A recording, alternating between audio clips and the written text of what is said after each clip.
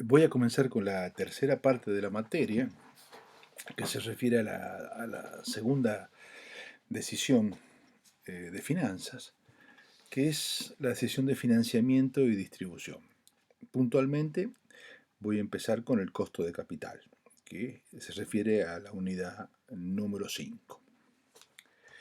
Comencemos repasando un poco qué sabemos hasta acá. Sabemos que la función financiera responde a tres decisiones básicas: las decisiones de inversión, la decisión de financiarme y distribuir utilidades y la decisión de administración del capital de trabajo. Sabemos también que esas tres decisiones se toman en pos de un objetivo y ese objetivo es maximizar la riqueza para los dueños. Si recordamos la fórmula del PAM, también ya hemos visto cómo se calcula un flujo de fondos neto, cuál es su importancia, cómo se mide, cómo se evalúa un activo financiero y después un activo real. También hemos trabajado con la metodología de flujo de fondos descontado, que es la que estamos viendo acá, y también trabajamos con una tasa R dada, primero sin riesgo y después incorporándole el riesgo. Teníamos un supuesto importante que considerábamos que solamente nos financiábamos con costo de capital propio. Solamente la estructura nuestra de financiamiento tenía capital propio. Y eso no es tan así, es lo que vamos a incorporar ahora, que la empresa se financia no solamente con capital propio, sino también con deuda. Y de la mezcla de deudas y capital propio surge el concepto de costo de capital. Bueno, repasemos las estructuras de inversión.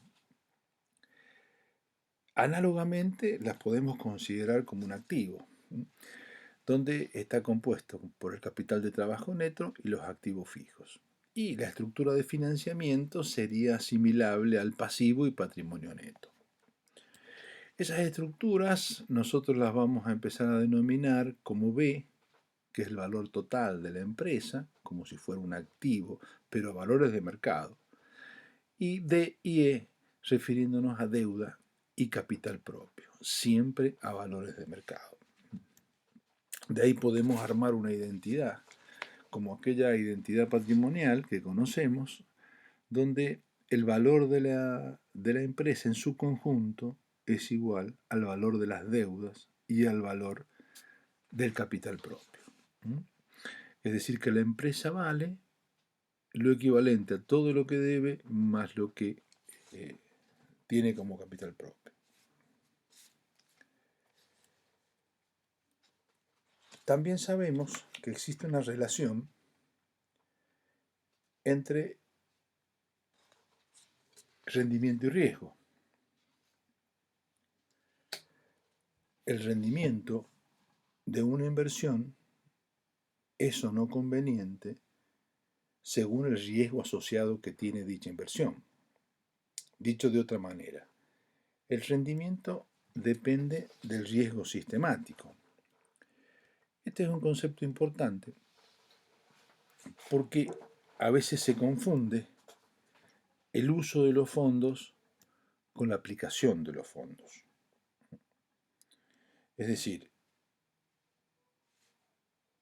el costo de una inversión depende del riesgo de dicha inversión, no de la fuente de los fondos, es decir, depende de la aplicación de los fondos. Esto se puede entender con un simple ejemplo. Si dos empresas de distintos rubros, construcción y petróleo, o construcción y agropecuarias, emiten acciones, las dos, el costo de esas acciones para el inversor va a ser distinto. El costo de oportunidad de la acción de agropecuaria va a ser distinto al costo de oportunidad de la acción petrolera, por decir, porque tienen distinto riesgo. El inversor va a exigirle a una acción un rendimiento distinto porque el riesgo es distinto.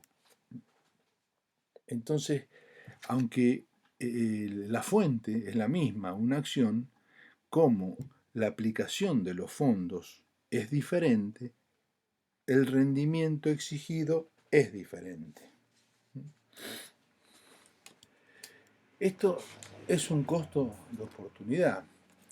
Es decir, cualquier inversor, dueño de una empresa, socio de una SRL, accionista de una sociedad anónima, ya sea que cotice o no cotice en bolsa, le va a exigir a la empresa, a la SRL o a la sociedad anónima un rendimiento por lo menos igual al que obtendría en otra inversión con un riesgo similar. Si recordamos nuestra fórmula del BAM, esa R que nosotros utilizamos, que ya venía dada hasta acá, es la que denominamos costo de capital.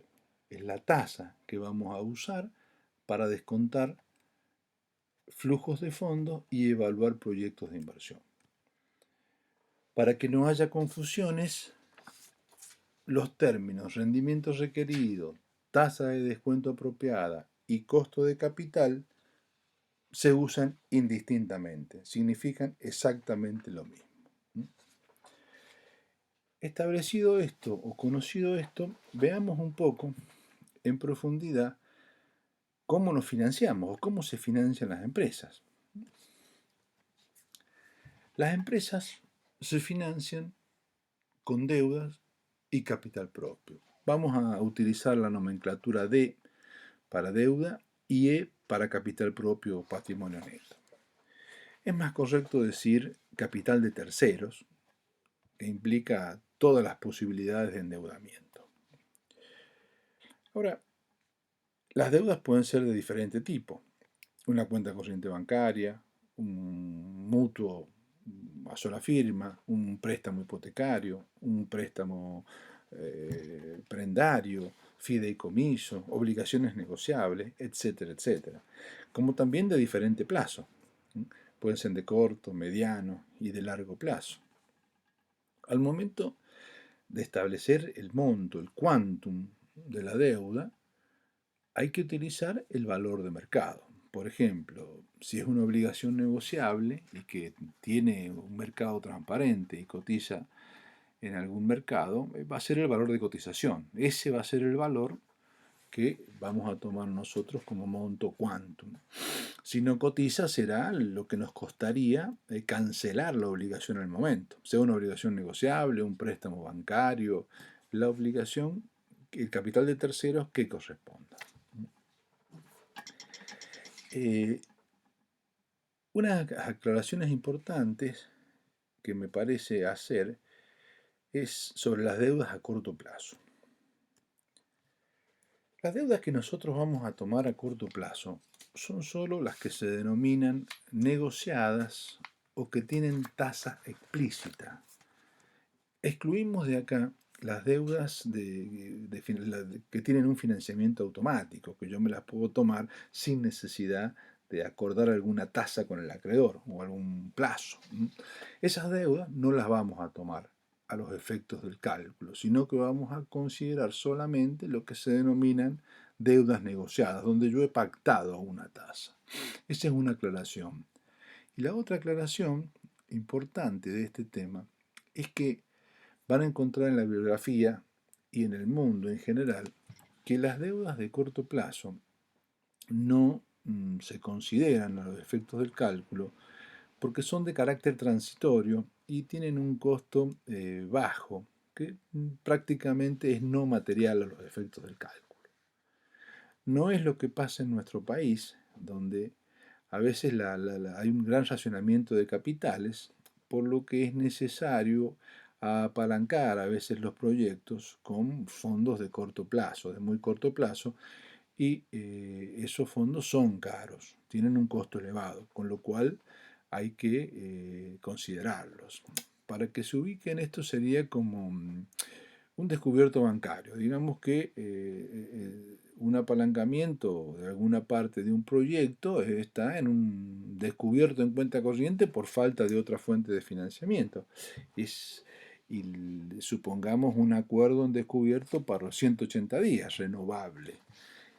El costo de ese tipo de operaciones es alto. No considerarlo, obtendríamos un cálculo que no sería el correcto. Respecto al valor del capital propio, acá es más fácil. En el caso de que cotice en bolsa, es directamente el valor surge de la cantidad de acciones por el valor de cotización. Si no cotiza en bolsa, habrá que buscar la empresa equivalente para valuarlo lo más cerca posible al valor real, al valor de mercado, ¿no? Siempre estamos hablando de valores de mercado.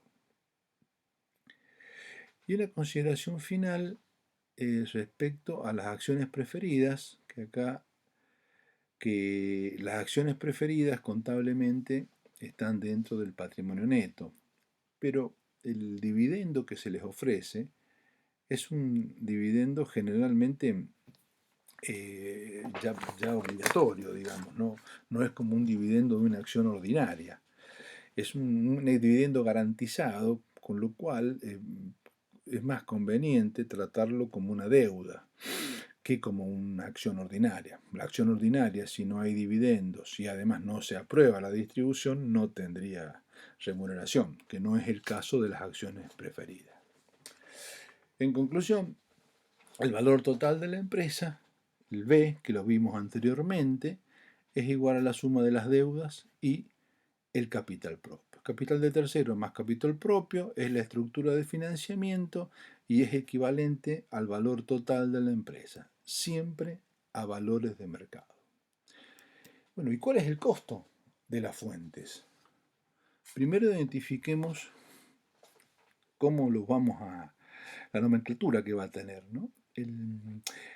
El costo de la deuda lo vamos a identificar con RD y el costo del capital propio como RE.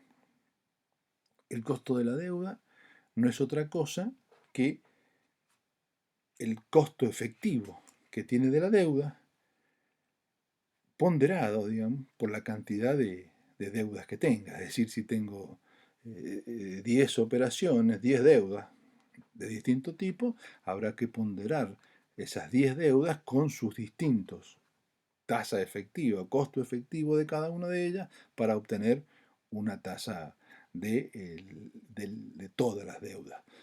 Por supuesto que son después de impuestos. Para el caso del capital propio, es el costo de oportunidad que los accionistas les van a exigir a la empresa por los activos o el nivel de riesgo que tiene. Del promedio ponderado de estas dos tasas surge el costo promedio ponderado de capital o RA. Que esto no es otra cosa que la tasa a que capitaliza toda la empresa, ¿no? B capitaliza a esta tasa, que es el costo promedio ponderado de capital. ¿Y qué pasa con los impuestos? Que es un tema importante. Nosotros en todo el desarrollo que venimos haciendo hasta acá, los impuestos no los hemos considerado. Es decir, los intereses, perdón, no los hemos considerado. Entendíamos que todo se financiaba con capital propio, con lo cual no había intereses. Pero la verdad es que al haber deuda sí existen intereses. Y esos intereses sí tienen un efecto importante sobre el flujo de fondos y sobre la parte impositiva. Porque a los efectos de la base imponible del impuesto a las ganancias, los intereses son deducibles. Y esa deducibilidad nos va a generar un ahorro impositivo. Visto de esta manera, lo veamos con un ejemplo, tal vez es más fácil. Supongamos que una compañía tiene una tasa de impuesto a las ganancias del 30%. La denominamos como TC, que acá la vemos. TC sería la tasa de impuesto a las ganancias. Si esta tasa es del 30% y tenemos una compañía que paga 30% de impuesto a las ganancias. Supongamos que en el ejercicio fiscal ha generado una obligación de intereses que pueden deducirse de 100 pesos. En la medida que yo deduzca estos 100 pesos de la base imponible, me va a generar un 30% de ahorro impositivo, ya que la tasa de impuesto a las ganancias es del 30%. Esos 30 pesos generados por haber deducido los intereses es lo que se conoce como ahorro impositivo. Esto mismo lo podemos ver desde el punto de vista de la tasa. Recién lo vimos sobre el punto de vista de los importes de intereses. Desde el punto de vista de la tasa, si la tasa es del 10%, que me generó unos intereses del 100%, y la tasa de impuesto a las ganancias es del 30%, yo la tasa del 10% la corrijo por 1 menos t y obtengo la tasa efectiva después de impuestos.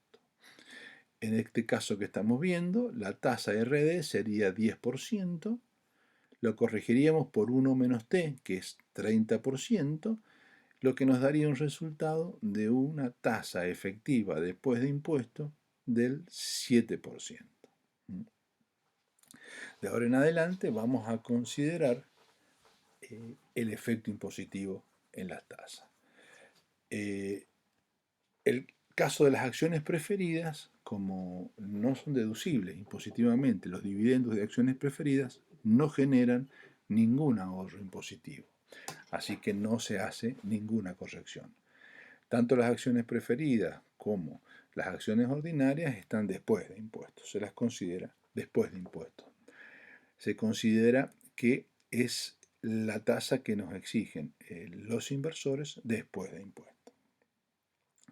Ya que conocemos cómo se determina el monto y cómo se determina el costo de la estructura, veamos cómo se calcula el costo promedio ponderado de capital.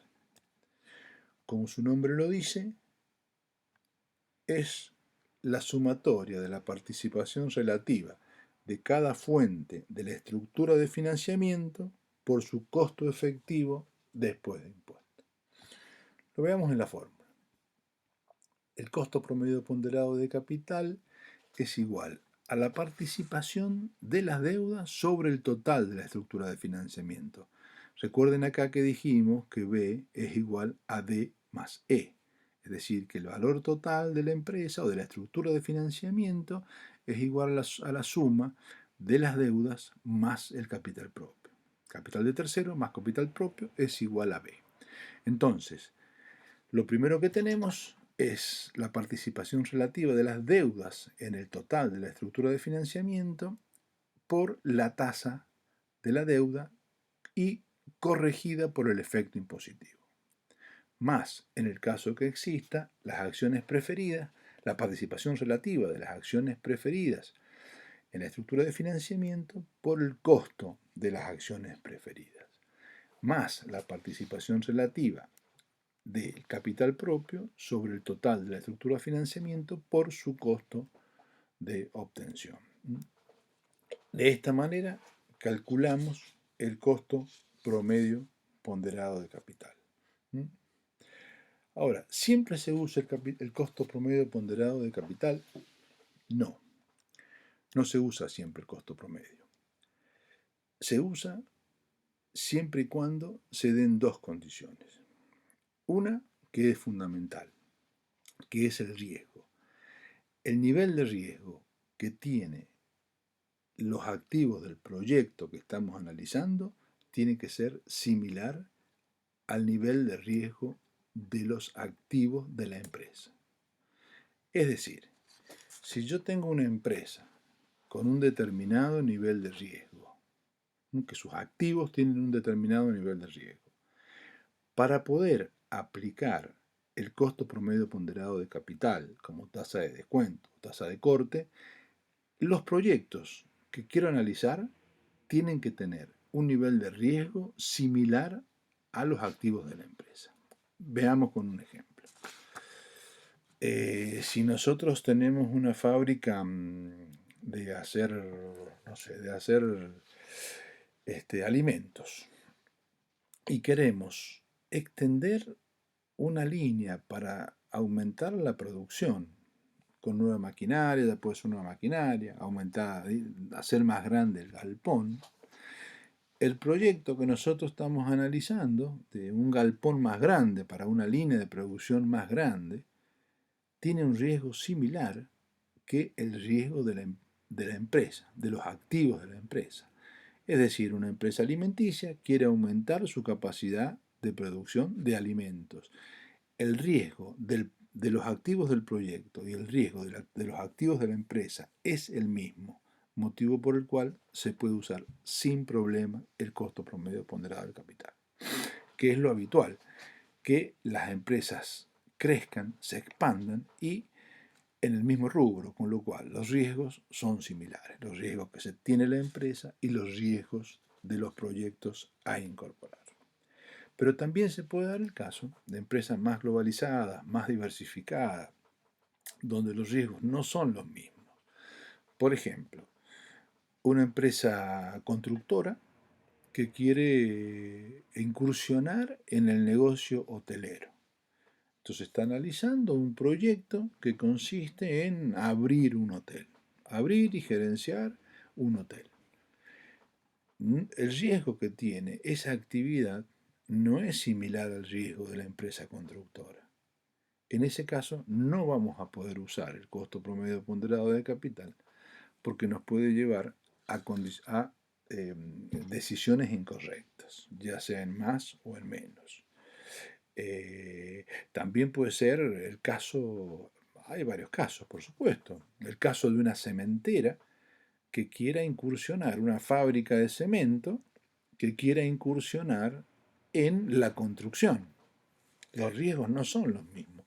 Los riesgos de fabricar cemento y los riesgos de construir no son los mismos. Lo mismo puede ser en el caso de una automotriz que quiera incursionar en un negocio de alquiler de automóviles.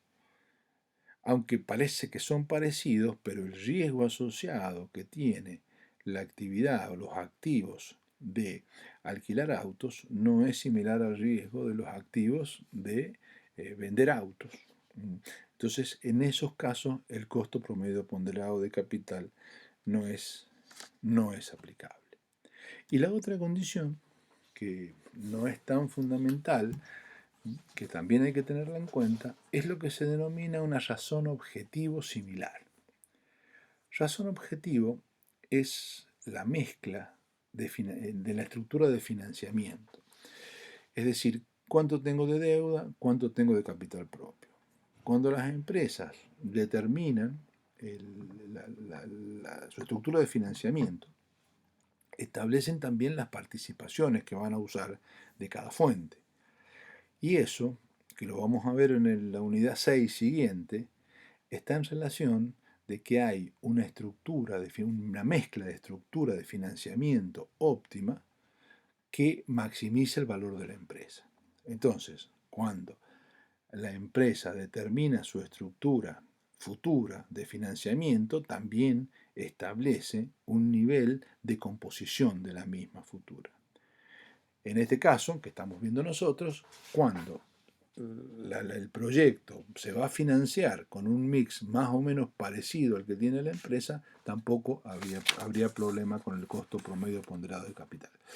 De todas formas, esta no es una condición tan importante como el riesgo.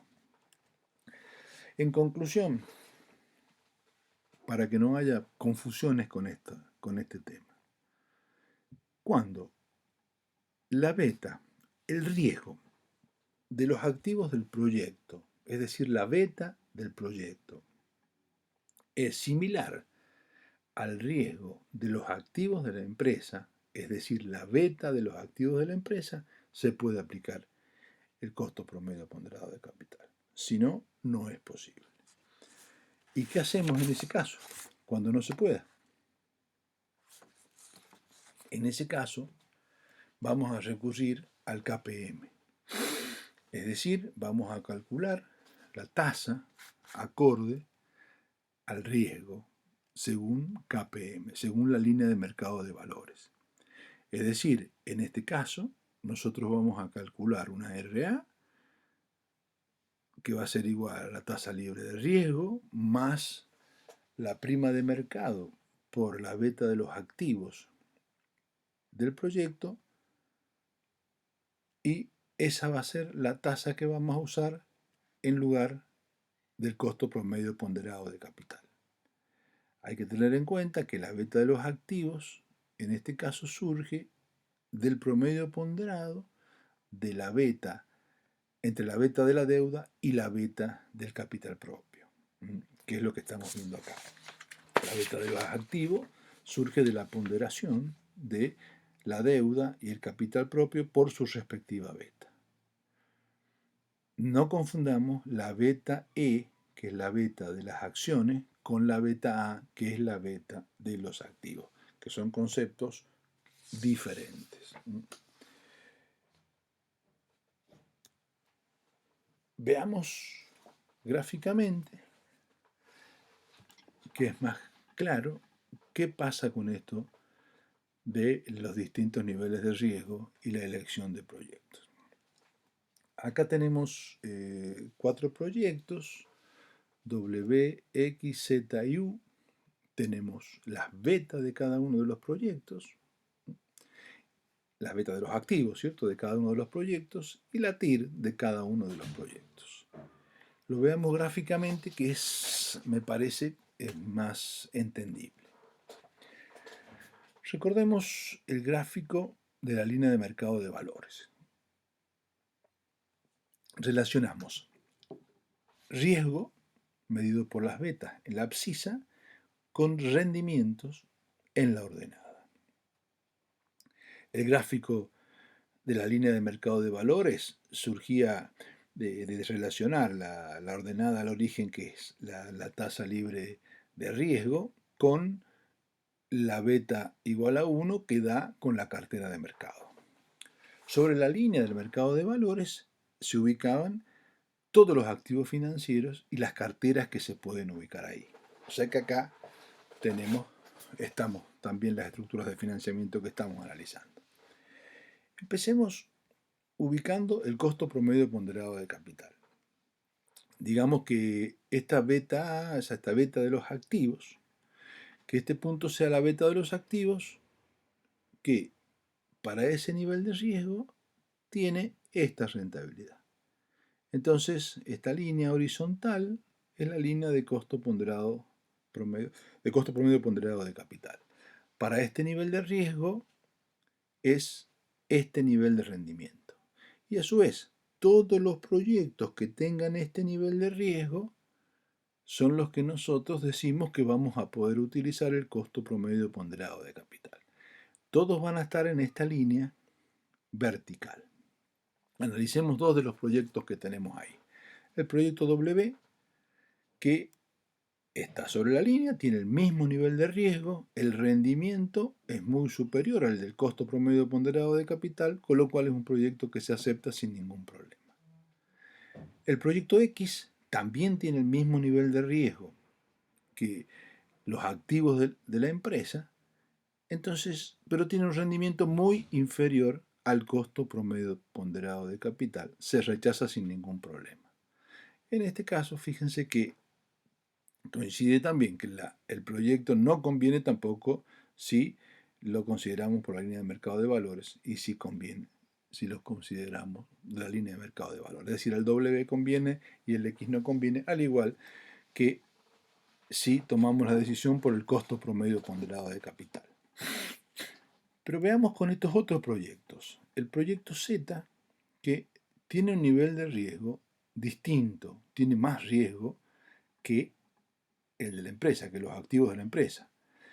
Este nivel de riesgo se corresponde con una rentabilidad RZ, está identificada acá.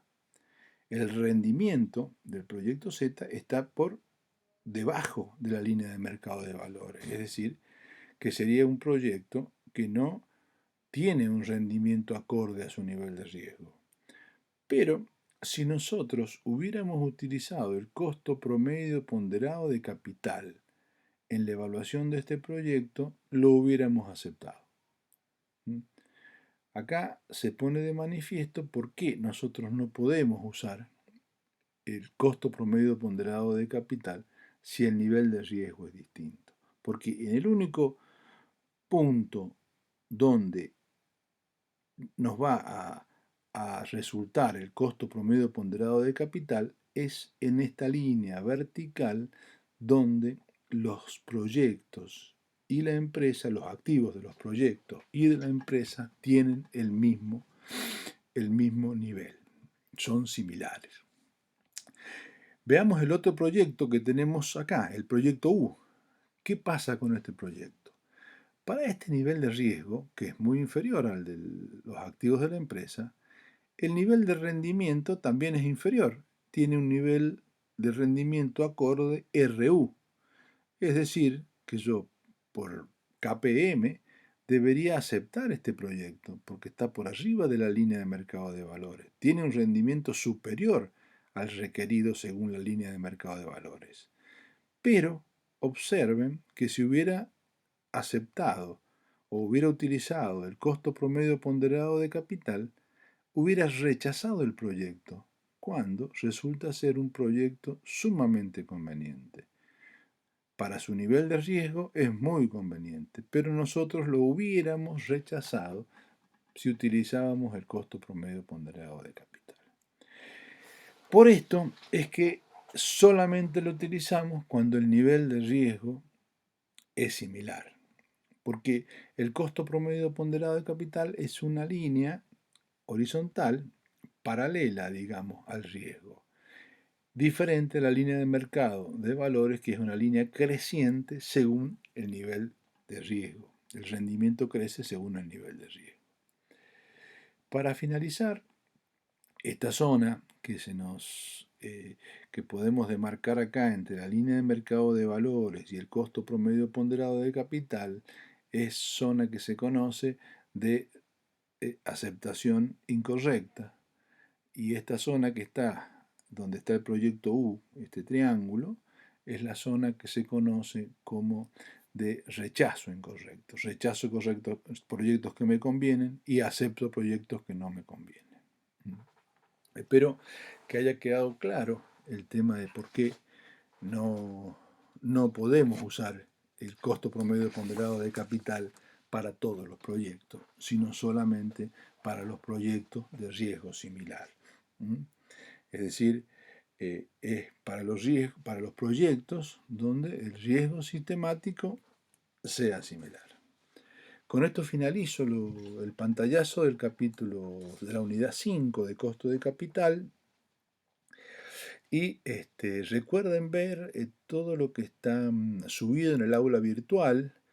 Hay también un trabajito muy, muy interesante, muy didáctico sobre este mismo tema, sobre cuándo aplicar costo promedio ponderado de capital y cuándo aplicar KPM. También recuerden que este material, lo que está subido en el aula virtual, es complementario de la bibliografía, que es necesario leer la bibliografía sin excepción. También la guía de estudio, además de tener ejercicios para que ustedes ejerciten, tiene teoría, una introducción teórica que también es útil para facilitar los ejercicios. Bueno, espero que haya podido contribuir en esta época difícil a que ustedes entiendan un poco más el tema. Cualquier cosa a disposición. Miguel Flores es mi nombre, soy profesor adjunto y muchísimas gracias. Que les sea útil. Muchas gracias.